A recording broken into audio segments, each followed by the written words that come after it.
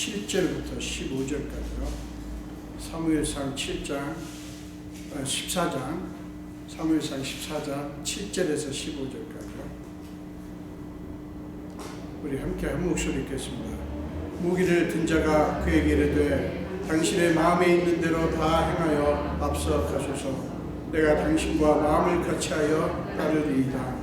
요나단이 이르되 보라, 우리가 그 사람들에게로 건너가서 그들에게 보이리니 그들이 만일 우리에게 이르기를 우리가 너희에게로 가기를 기다리라 하면 우리는 우리가 있는 곳에 가만히 서서 그들에게로 올라가지 말 것이요, 그들이 만일 말하기를 우리에게로 올라오라 하면 우리가 올라갈 것은 여호와께서 그들을 우리 손에 넘기셨음이니 이것이 우리에게 표징이 되리라 하고, 둘이 다 블레셋 사람들에게 보이매 블레셋 사람이 이르되 보라, 히브리 사람이 그들이 숨었던 구멍에서 나온다 하고, 그 부대 사람들이 요나단과 그의 무기를 든 자에게 이르되 우리에게로 올라오라, 너희에게 보여줄 것이 있느니라 할지라. 요나단이 자기의 무기를 든 자에게 이르되 나를 따라 올라오라, 여호와께서 그들을 이스라엘의 손에 넘기셨느니라 하고, 요나단이 손발로 기어 올라갔고 그 무기를 든 자도 따랐더라.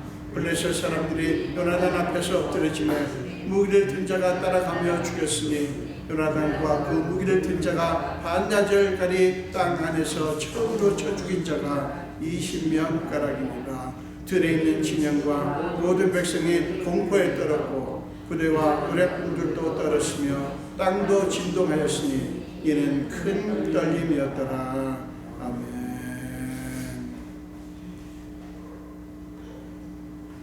그 사울의 아들 요나단의 역할은 참 우리 예수를 믿는 저와 여러분에게 시사하는 바가 큽니다. 믿음의 사람들이 어떤 사람이며 또 믿음의 사람들이 어떤 일을 할 수가 있고 해야 되는가, 이런 것들을 보여주는 귀한 말씀이에요. 우리는 그리스도인입니다. 우리가 하나님의 사람들이라고요. 하나님의 사람들은 하나님 우리 수준이 아니라 하나님 수준의 삶을 살아내야 되고 또 하나님 수준의 생각을 해야 되거든요. 물론 당위성은 그래요. 그런데 여러분, 우리 사람이 어떻게 하나님의 수준의 삶을 살며 하나님의 수준의 생각을 하겠습니까만은 우리의 목표는 그렇단 말이에요. 우리의 목표는. 그러니까 된다 안 된다 따질 것이 아니라, 아니 우리가 사람인데 어떻게 하나님의 기준에 미칠 수 있냐? 예, 못 미쳐요. 그렇지만 하나님을 바라보면서 방향을 그쪽으로 잡아야 된다는 것이, 제가 여러 번 말씀드리죠. 우리는 하나님의 기준을 이룰 수도 없고요. 우리가 하나님의 수준의 생각을 어떻게 합니까? 그러면 안 해요? 에이, 할 수 없으니까 그만둬야지? 아니에요. 우리는 하나님께 구해야 돼요. 하나님, 제가 하나님의 아들이고 딸인데 어쩌면 그렇게도 나는 인간 수준의 생각만 하고 인간 수준의 판단만 하고 인간 수준의 결정만 하는지 모릅니다. 근데 나는 하나님의 아들이고 딸이잖아요. 저를 하나님 수준의 생각을 하고 판단을 하고 결정을 하는 자로 만들어 주십시오. 이게 우리가 평생을 사실은 그걸 놓고 기도를 해야 됩니다. 그러니까 이제 많은 그리스도인들이 거기까지 생각을 잘 안 해요. 못하고요. 근데 오늘 본문은 그 요나단으로 인해서 일어난 구체적인 내용을 얘기하고 있잖아요. 참 이게 기가 막힌 그런 장면이에요. 만약에 요나단이 자기 아버지처럼, 그리고 자기 아버지의 신하들처럼, 자기 아버지 신하들 안에 장수들도 있고요. 요나단보다 훨씬 그런 지략이 뛰어난 사람들이 왜 없었겠어요. 그러나 그들이 절대로 하지도 않고 할 생각도 안 한 생각을 요나단이 했단 말이에요. 이게 이제 우리 그리스도인들이 어떤 사람이어야 되는가를 보여주는 거죠. 여러분, 하나님의 구원은 하나님의 역사하시면 사람의 능력에 달려있지 않죠. 절대로. 그러니까 하나님의 숫자에 달려있지도 않고요. 우리가 뭐 숫자가 적든 혹은 재정 상태가 약하든 뭐 여러 가지가 모자라다 할지라도 한 사람의 역할이 얼마나 놀라운 일을 이룰 수 있는가. 여러분, 오늘 본문을 보면 알 수가 있어요. 요나단은 자기 아버지가 왕이지만 그 왕이 자기 아버지가 꼼짝달싹하지 않는. 왜 그래요? 왜 그럽니까? 계산이 안 되는 거예요. 계산이. 무슨 계산이요? 지금 자기들 눈앞에 있는 블레셋과 자기들의 전력, 이걸 보면 계산이 안 되는 거예요. 그러니까 어떤 결론을 내립니까? 안 돼! 이거예요. 안 돼.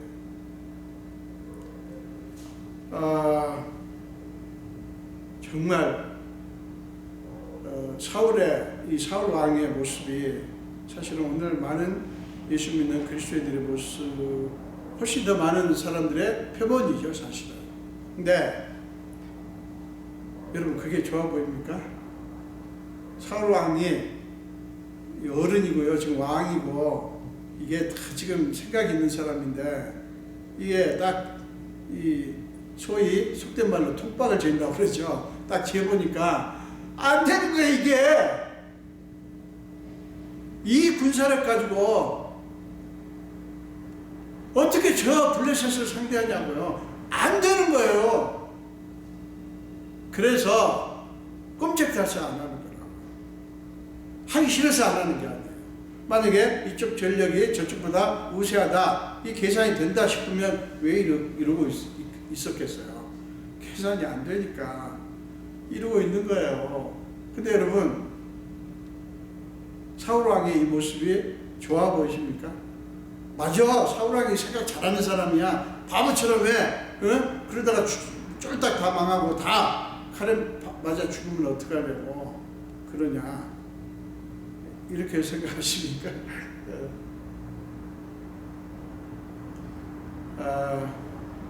여러분, 만약에 요나단조차도 그냥 그랬으면 어떻게 이 기적이 일어났겠어요? 우리가 매 순간 모든 일을 그냥 막무가내로 그렇게 하자는 거 아니에요. 여러분, 믿음이라는 것을 빙자해서요, 너무나 말도 안 되는 엉뚱한 그런 행동을 하는 경우가 얼마나 많은지 몰라요. 네. 그럼에도 불구하고 우리가 생각해야 될 것은 우리의 계산을 따르지 말자고요. 하나님의 계산을 따르자고요. 그러니까 사실 우리의 그 자원을 딱 보면 그리고 이제 우리 앞에 놓여 있는 상황을 생각하면 답이 안 나오죠. 답은 나오죠. 어떤 답이요? 안 된다. 할 수 없다. 근데 너무나 쉽게 할 수 없어. 끝! 해버려요. 적어도 고민을 해봐야 되지 않을까요? 자, 우리 계산 안 맞아. 우리 계산으로는 도저히 안 돼. 그렇지만 하나님은 우리의 한계가, 우리의 한계에 이를 때, 즉 우리의 계산이 끝날 때 하나님께서 역사하시지 않을까. 여러분, 성경의 수많은 역사들이 그런 거잖아요. 좀 그 고민을 해봐야 되지 않을까, 한 번쯤? 우리 그리스도인들 너무 섣부르게 너무 결정이 빨라요. 되게 어떻게 결정합니까? 안 돼. 안 돼. 그 안 된다고 결정할 때 다 상식선에서 생각하는 거죠. 우리가 몰상식하면 안 되죠. 그러나 그리스도인들은 인간의 상식에 매이면 안 되는 거죠. 적어도 가만히 자, 이게 뭘까? 이게 뭘까? 인간의 계산으로서는 좀 안 될 것 같은데 이때 하나님은 뭐를 하실 수 있을까? 어떻게 하실 수 있을까? 이 고민을 좀 해보자는 거죠. 이 요나단은 이미 6절까지 해서 지금 자기들 앞에 엄청난 숫자와 무력을 자랑하는 블레셋 군대가 있단 말이에요. 이들을 어떤 식으로 해석했냐면 할례를 받지 않는 자들, 이렇게 해석했어요. 그러니까 저들이 강성하지만, 저들이 저렇게 숫자도 많고 능력이 뛰어나게 보이지만, 그거를 거기에 매인 게 아니라 그 블레셋, 위험찬란한 블레셋을 하나님과의 관계에서 비춰봤다고요. 하나님은 저들을 어떻게 보실까? 이렇게 봤단 말이에요. 우리가 적어도 그렇게 볼 수 있어야 된다는 거죠. 그렇게. 다행히 이게 놀라운 것은 병기를 든, 즉 무기를 든 소년이, 우리 지금 개혁 개정에는 무기를 든 자 이렇게 나와 있는데, 우리 여러분 그 옛날 성경을 보면 병기를 든 소년 이렇게 되어 있습니다. 그러니까 그 아이가 오늘 본문이 7절에 이렇게 시작합니다. 당신의 마음에 있는 대로 다 행하여 앞서가소서. 내가 당신과 마음을 같이하여 따르리이다. 여러분 이 7절 말씀을 어떻게 보십니까? 이렇게 생각할 수 있죠. 그거야 당연히 자기 상관인데, 상전인데, 종 주제 상전이 시키는 대로 해야지 뭔 소린가 이렇게 생각할 수 있지만, 여러분 오늘 이 아이가, 이 소년이 대답하는 것은 그게 아니에요. 자기 상전이니까, 자기는 그저 종이니까 상전의 말에 따른다, 이게 아니에요. 내가 당신과 마음을 같이하여 따르겠습니다. 만약에 이 말이 없으면 그렇게 해석할 수도 있어요. 그러나 이 말이 중요해요. 내가 당신과 마음을 같이하여 한 마음이 되어 따르리이다. 자, 그렇다면 이 아이가 자기 상전인 요나단에게서 무엇을 받길래 마음을 같이 하겠다고 그런가? 이 아이가 생각이 없는 아이가 아니죠. 아무리 종이라 해도, 다 생각이 있잖아요. 자기도 눈이 있어서 자기들 눈앞에 있는 블레셋 군대를 봤을 것이고요. 근데 이 아이가 자기의 상전인 요나단에게서 본 게 있어요.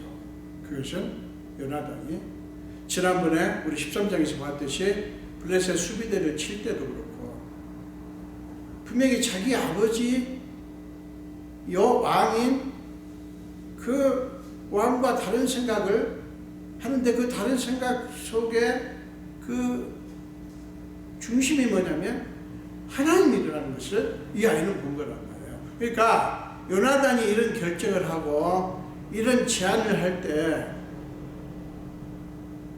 하나님이 그 자기의 상전인 요나단에게 함께 하신다는 것을 봤다고요.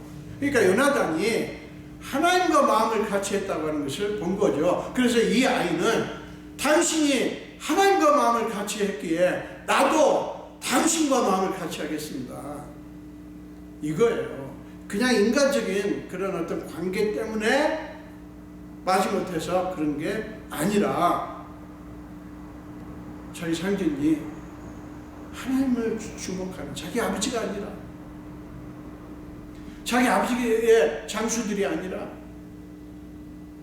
하나님을 바라보고 하나님에 초점을 맞추고 모든 것을 하나님의 기준으로 보고 해석하는 것을 본 거예요. 이 아이 훌륭합니다. 병기를 든 소년, 이름도 없고 뭐 어느 집안 아이인지 알 수도 없고, 그렇지만 요나단도 훌륭하지만요, 이 아이가 참 훌륭합니다. 제가 지난주에 말씀드렸죠. 이 요나단은 이런 부하라고 해야 되나요? 이런 종이 있다는 게 최고의 복이에요. 여러분, 목사에게 최고의 복이 뭘까요? 어마어마한 사례비를 받는 거요? 아니에요, 여러분. 그렇지 않습니다. 목회자에게 최고의 복은 믿음의 사람들이에요. 믿음의 사람들. 정말 제가 에덴스에서 24년을 섬기면서 저는 정말 감동. 정말 수도 없이 감동을 하면서 섬겼어요. 사람들이 수도 없이 바뀝니다. 그러니까 원래 에덴스 교회 교인이라고 하는 사람 몇 명 안 돼요. 12명 정도 돼요. 나머지는 계속 왔다 갔다 하는 거예요. 지금도 제가 잊지 못해요. 육군사관학교 교수신데 제가 95년도에 부임해가지고 그분이 97년까지 섬기시다가 가셨는데, 야, 그분이 진짜 정말 똑똑한 분이거든요. 정말 육군사관학교 교수기 때문이 아니라 그 믿음도 놀랍고요. 그 부인 되시는 권사님도 그렇고 정말 놀라워요. 제가 그분을 지금도 잊지 못해요. 제가 한국 가면 반드시 그분을 찾아갑니다. 감사해서. 그런데 그분이 저는 이 말씀을 보면서, 야, 내가 그때 그 후에도 수많은 사람을 만났지만 그분을 막 부임해가지고 전도사로 부임했는데, 그것도 목회하기 싫어가지고 안수도 안 받고 전도사로 부임했는데, 그분이요 정말 없었으면 어땠을까. 이게 정말 적적해가지고 뭐 또 어리버리하면서 헤맬 때인데, 그분이 정말 저한테 본 거는요, 김춘기를 본 게 아니라 저 사람이 미숙한 게 많고 여러 가지 실수도 많고 그렇지만 뭔가 죽어라고 그냥 하나님을 구하고 하나님께 초점을 맞추고, 하나님 주님 나를 도와주십시오. 뭐 지금도 그렇지만 그때는요 더 벌벌벌 떨면서 그냥 바라보는 게 예수님 뿐이었어요. 예수님.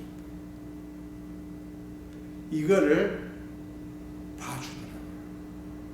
하도 이상해가지고 가기 전에 이제 한국으로 귀국하시는데 그분한테 물어봤어요.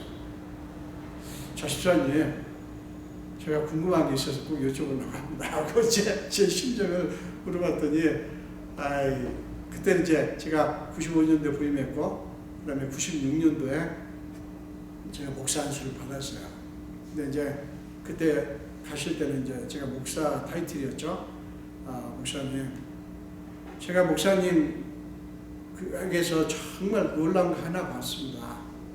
그냥 죽기 살기로 하나님을 찾는 거. 그래서 제가 그때 결심했죠. 목사님이 그때 전도사님으로 처음 오셔서 저희한테 첫 설교가 뭔지 기억합니다. 저도 기억합니다. 요한복음 21장 15절이에요. 15절 이하예요. 베드로에게 예수님이 네가 나를 사랑하느냐? 이 사람들보다 나를 더 사랑하느냐? 세 번을 묻잖아요. 그 설교를 하셨는데, 그때 제가 그때 당시에 전도사님이셨죠? 전도사님이 얼마나 주님을 사랑하는가 그걸 제가 봤고요. 그리고 제 이 뒤에 그 뒤에 이런 소리를 여러분한테도 들었는데, 제가 저를 신격화하고 뭐 그러려고 하는 거 아니에요. 그게 아니라 그분이 봤다는 거예요. 그러니까 하얀 옷을 입으면 이렇게 이제 제가 이렇게 서 있는데 제 뒤에서 이러고 있더라는 거예요. 이러고. 그러니까 그때 자기가 결심했대요.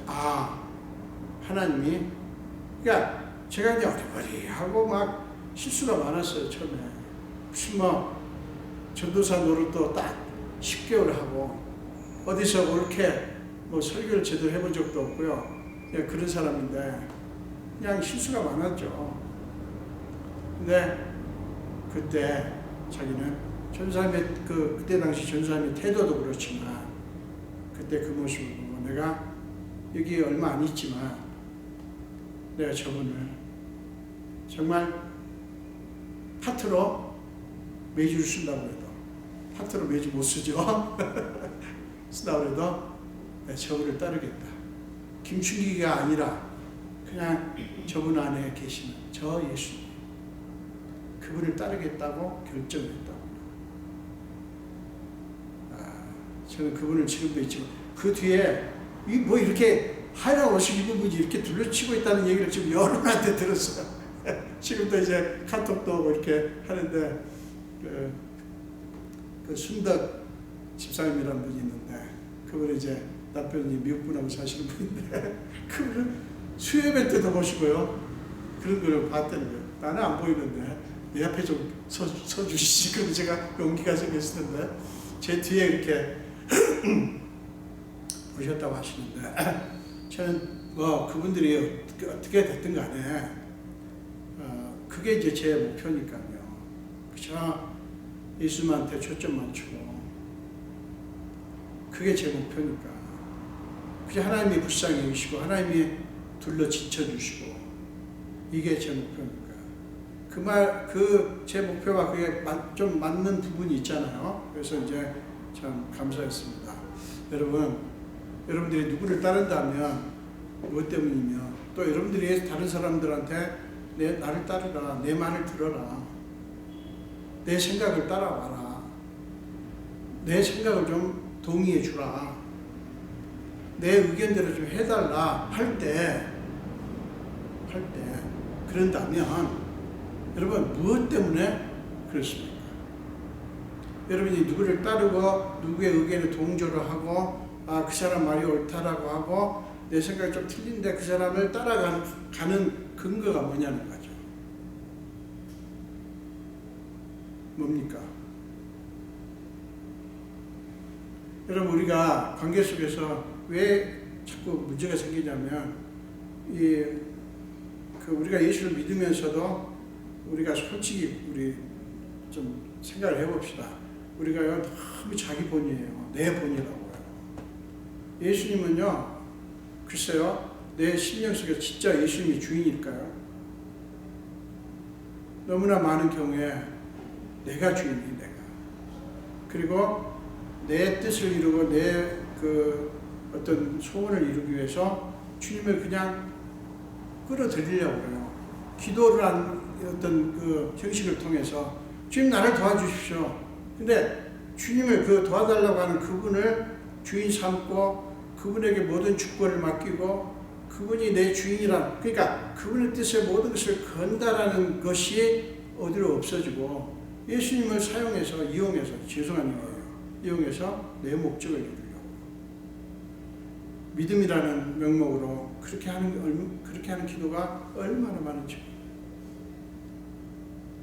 제가 생각해 봤어요. 저도 이 부활교회를 섬기면서 이렇게 했으면 좋겠다 저렇게 했으면 좋겠다가 있죠. 근데 과연 나는 그게 혹시라도 김춘규 목사라고 하는 사람의 개인적인 어떤 무엇인가 아니면 하나님의 뜻인가, 요게 저한테는 정말 초미의 관심사입니다. 여러분들이 정말 이게 정말 중요한 일입니다. 여러분 이 병기를 든 아이가 비록 종이고 별 볼 일 없는 아이지만 이 아이는 요나단이 자기 주인이라는 것 때문에 그런 게 아니라니까요. 이게 이제 우리 그리스도인들에게 너무너무 중요한 거예요. 그러니까 결국에는 요나단의 사람됨이 아니라 요나단의 믿음에 이 아이가 동의를 한 거예요. 거기에 근거해서 요나단을 따르겠다고 말한 거예요. 안 그래도 주인이 하자고 그러니까 해야 되지만 그게 아니라는 거죠. 저는 요나단이 그 아이의 그 말을 듣고 얼마나 속이 시원했을까 그런 생각을 하면서 참 마음이 감동이 되더라고요. 여러분 고린도전서 16장 18절을 한번 보겠습니다. 고린도전서 16장 18절에 보면 고린도전서 16장 18절이요.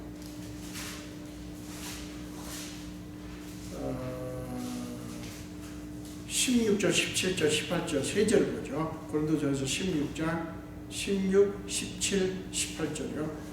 이 세 절을 함께 읽겠습니다. 한 목소리 읽죠. 이 같은 사람들과 또 함께 일하며 수고하는 모든 사람에게 순종하라. 내가 스데바나와 부드나도와 아가이고가 온 것을 기뻐하노니 그들이 너희의 부족한 것을 채웠습니다. 그들이 나와 너희 마음을 시원하게 하였으니 그러므로 너희는 이런 사람들을 알아주라. 아멘. 지금 16장은 계속 사람들을 소개하면서 그들이 어떤 수고를 했으며 어떻게 애를 썼으며 주를 위해서 교회를 위해서 얼마나 헌신하고 수고했는가를 쭉 얘기하면서 그들이 너희의 부족한 것을 채웠다 말하면서 그들이 나와 너희 마음을 시원하게 했다. 그러므로 너희가 이런 사람들을 알아줘라. 무슨 얘기냐면 인정해줘라. 그러면 이렇게 생각할 수 있어요. 비율을 잘 맞춰줬나 보다. 이제 이렇게 생각하면 이제 성경이 우습게 돼버리는 거죠. 사실 바울이 그게 아니죠. 하나님의 나라를 위해서, 하나님의 교회를 위해서 성도를 섬기는 일에 믿음으로 그들이 헌신을 하고 수고를 했다는 거죠. 그러니까 믿음이라고 하는 어떤 그 방식에 있어서 통일성을 이뤘다는 거죠. 그러니까 그들이 나와 너희 마음을 시원하게 했다. 저는 이 말씀을 오래전에 보면서 굉장히 감동을 받았는데 제 목표가 하나님의 마음을 시원하게 해드린 겁니다. 하나님의 마음을. 여러분 어떠세요? 제가 여러분이 고민합니다. 우리요 하나님의 마음을 시원하게 해드리자. 하나님의 마음. 쉽습니다. 왜 쉬운지 아시죠? 하나님이 뭘 원하십니까? 하나님이 기쁘시게 하는 게 뭐예요? 믿음이에요. 믿음이 하나님을 기쁘시게 해요. 믿음이 이긴다고 그러죠? 믿음이 기쁘시게 해요. 그 믿음이라는 건 뭘 믿는 거예요? 하나님을 믿는 거죠. 하나님이 어떤 일을 하시든 간에 그분이 내 모든 사고와 판단과 결정의 주인이 되는 거예요. 믿음이라는 것은 열심히란 말이에요. 소리를 질러대면서 한다고 해서 믿음이 아니라, 물론 그것도 그렇게 표현될 수 있지만, 너무나 간절하면 그렇게 표현될 수 있지만, 믿음이라고 하는 것은 하나님이 하시는 일을 그냥 이것저것 계산하지 않고 다 받아들이는 거예요. 그럴 때, 그러니까 우리가 윤리 도덕적으로 부족할 수 있어요. 자꾸 우리 그리스도인들 자꾸 윤리 도덕적으로 어떻게 그렇게 하면서 교회 나오나? 왜요? 일단 교회 나와야 변화가 되든가 말든가 할 거 아니에요. 교회 안 나오면 어떻게 술 마시든 담배를 피든 일단 교회 나와야 되죠. 교회 나와야 무슨 변화가 일어나든 말든 할 거 아니에요. 그러니까 자꾸 그렇게 할 것이 아니라 윤리 도덕적인 문제가 귀하죠. 물론 중요합니다. 여러분 그리스도인들이 그 문제에서 걸리면, 주의 종이 그에서 걸리면 어떻게 목회를 하겠어요? 중요합니다. 그러나 더 중요한 것은, 그보다 더 중요한 것은 하나님께 죽으라고 매달리고 하나님의 긍휼하심과 하나님의 불쌍히 여기심을 입는 거예요.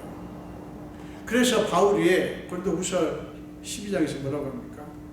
자기는 자기 연약한 것을 자랑한다. 왜요? 하나님께서 뭐라고 했길래 내 은혜가 네게 족하도다.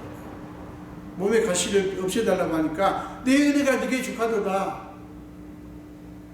네 몸의 가시 때문에 너는 너 자신을 자랑하지 않고 너 자신을 신뢰하지 않고 나를 신뢰하지 않냐? 그게 내가 바라는 거다. 내가 바라는 게 그거다. 너는 가시가 없어지고 너는 아무런 어떤 하자가 없는 한 사람으로 되기를 원하겠지만 나는 내 은혜가 네 삶에서 네 존재에서 온전하게 드러나는 거, 이게 내가 원하는 거다. 그거를 거부하지 않아요. 바울은 맞습니다. 그리고 그때부터 자기 연약한 것을 자랑한다. 금필과 오만 그 약점들을 얘기하면서 그걸 자랑한다는 게. 그리고요, 어디 가서든 바울을 놀리는 사람들이 있었어요. 아마 생김새도 별 볼이 없었던가 봐요. 학문도 뛰어나고, 그 다음에 유대인 중에 유대인이고, 가말리엘 학파고, 그랬지만,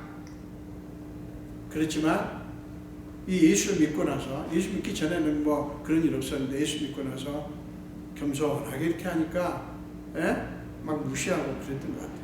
그 다음에 말이 되게 어눌했던 것 같아요. 아주 달변이 아니고요. 되게 어눌하고 그랬던가 봐요. 그 다음에 그 몸의 가시가 여러 가지 설이 있지만 뭐 간질이다, 안질이다. 하지만 제가 믿기로는 안질 정도가 아니에요. 저는 간질로 이렇게 봅니다. 그러니까 그냥 수시로 거품을 물고 쓰러지는 거예요. 왜 그렇게 생각하냐면 그 몸의 가시가 바울을 굉장히 힘들게 했어요. 그 복음을 전하는데 많이 걸림돌이었어요. 그게 복음을 전한다면서 저 사람은 왜 저래? 아니 주를 위해서 일하는데 하나님이 왜 저 병은 안 고쳐줘? 여러분 얼마나 기가 막히겠어요. 그러니까 바울은 자기가 그냥 그런 부끄러운 모습을 보이지 않기 위해서도 그렇지만 그보다도 복음을 전하는데 하자가 없도록 걸림돌이 되지 않도록 하기 위해서 빼달라고 한 거예요. 그것도 3번이나 간구했다고 해서 이거는 엄청나게 기도를 했다는 거죠. 근데 하나님이 그거 안 고쳐주시는 이유가 뭐예요? 바울이 싫어서? 바울에게 그 하나님의 은혜가 온전하게 되도록. 만약에 바울이 그런 부분까지도 완벽했으면 어쩌면 하나님 보실 때는 바울이 자기를 온전하게 의지할 수 없었을 것으로 봤던 것 같아요. 그래서 고쳐주잖아요.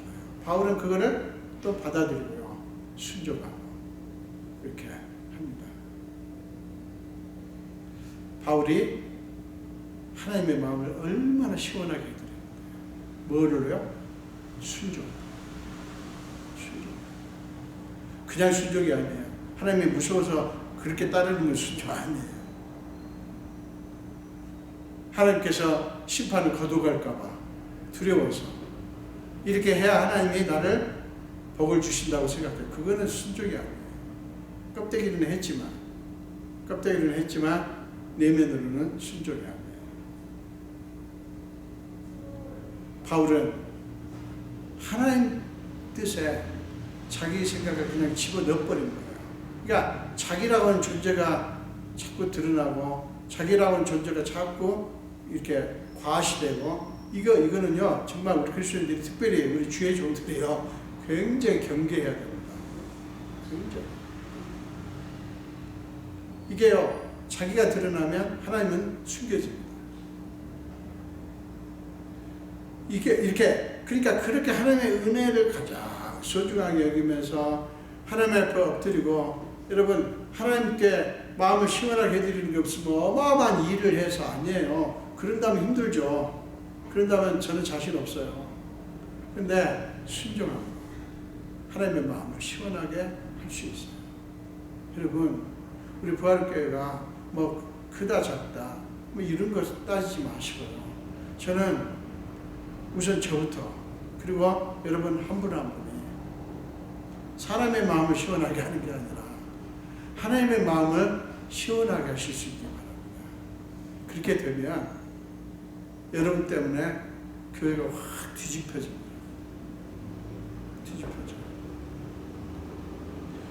지금 이 요나단 때문에 뒤집어졌어요. 요나단 때문에 제가 더 시간이 많이 가버렸네요. 네. 뒷부분은 다음 시간에 말씀을 드릴게요. 여러분 요나단은 하나님의 마음을 시원하게 그리고 요나단의 무기를 든 이 소년도 자기 주인의 마음도 시원하게 했지만 하나님의 마음도 시원하게 해드렸어요. 우리 지금 저까지 5분이 앉아 계신데 여러분 어때요? 우리 하나님 마음 시원하게 해드리기로 할까요? 믿습니까? 네. 아멘입니다. 어렵지 않아요. 쉽습니다. 얼마든지 할 수 있어요. 그래가지고 우리 때문에 말도 안 되는 승리 이거요. 이스라엘이 이 2명이 들어가서 이제 다음 주에 말씀드릴게요. 꼭 15절까지 다시 꼭 읽어오세요. 읽고 묵상을 좀 하고 오세요. 이게 그냥 승리한 게 아니에요. 저는 하나님께서 얼마나 감동하셨으면 하나님께서 이렇게 하셨을까 생각합니다. 이 두 사람이 한 것 보세요. 여기 계신 여러분들이 얼마든지 이 승리를 우리에게도 일어나게 할 수 있어요. 이런 축복이 저와 여러분에게 있어지기를 간절히 축원드립니다. 기도하겠습니다. 예수님 감사합니다. 오늘 요나단이 제안한 것에 대해서 요나단의 종인 무기를 든 소년이 흔쾌히 동의를 하면서 내가 당신과 마음을 같이하여 따르겠다고 흔쾌히 정말 자기 주인의 마음을 시원하게 해드리는 그 모습을 봅니다.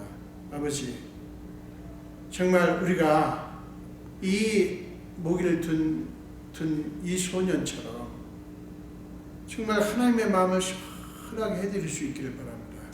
아버지, 우리는 인간적으로 보면 모자란 것 투성이고 부정한 것 투성이지만 정말 하나님의 마음을 시원하게 하는 일에는 뭐 우리가 인간적인 가지고 하는 게 아니기 때문에 우리가 얼마든지 할 수 있다라는 그런 생각이 듭니다. 그러나 주님께서 우리에게 그런 믿음을 주셔야 됩니다.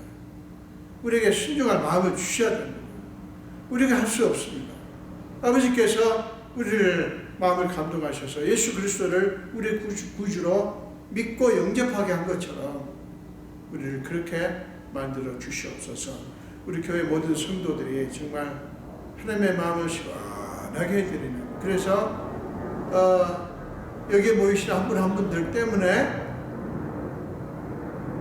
하나님의 교회뿐만 아니라 우리를 둘러싼 모든 상황들이 어처구니 없는, 인간적으로 보면 말도 안 되는 그런 승리가 일어나는 축복을 허락하여 주옵소서. 감사드렸고 예수 이름으로 기도합니다. 아멘.